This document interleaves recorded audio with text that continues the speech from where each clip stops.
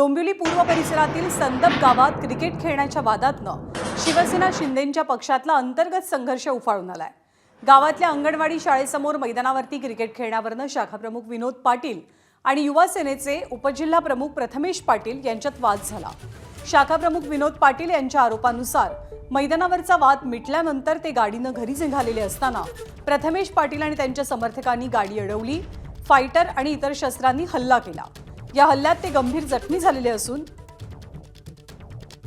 पोलिसांनी या प्रकरणी जीवे मारण्याच्या प्रयत्नाचा गुन्हा दाखल करावा अशी त्यांची मागणी आहे। पण उपजिल्हा प्रमुख प्रथमेश पाटील यांनी हे सगळे आरोप फेटाळून लावले।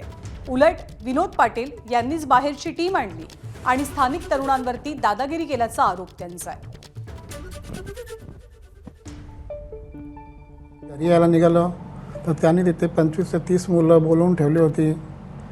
माझी गाडी अडवली, गाड्या त्यांनी आडव्या ठेवल्या होत्या बाईक।